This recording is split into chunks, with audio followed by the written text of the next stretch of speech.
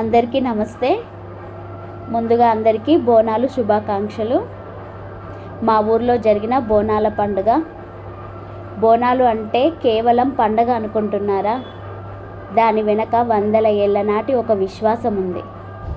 పూర్వకాలంలో గ్రామాల్లో ప్రజలు అంటువ్యాధులు, కరువు వంటి కష్టాలను ఎదుర్కొన్నప్పుడు తమను కాపాడే శక్తిగా గ్రామదేవతను ఆరాధించేవారు. అమ్మవారిని శాంతింపజేసి తమ గ్రామానికి వ్యాధులు దూరంగా ఉండాలని, వర్షాలు సమృద్ధిగా కురవాలని, పంటలు బాగా పండాలని ప్రార్థించేవారు. ఆ ప్రార్థనలో భాగంగా తమ ఇంట్లో వండిన అన్నాన్ని అమ్మవారికి నైవేద్యంగా సమర్పించేవారు. అదే కాలక్రమంలో బోనంగా ప్రసిద్ధి చెందిందని ఒక సాంప్రదాయ విశ్వాసం.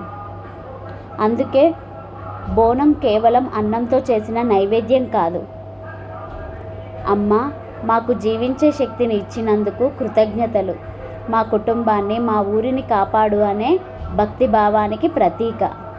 ఇప్పటికీ మహిళలు బోనాన్ని తలపై మోసుకెళ్ళి అమ్మవారికి సమర్పిస్తారు.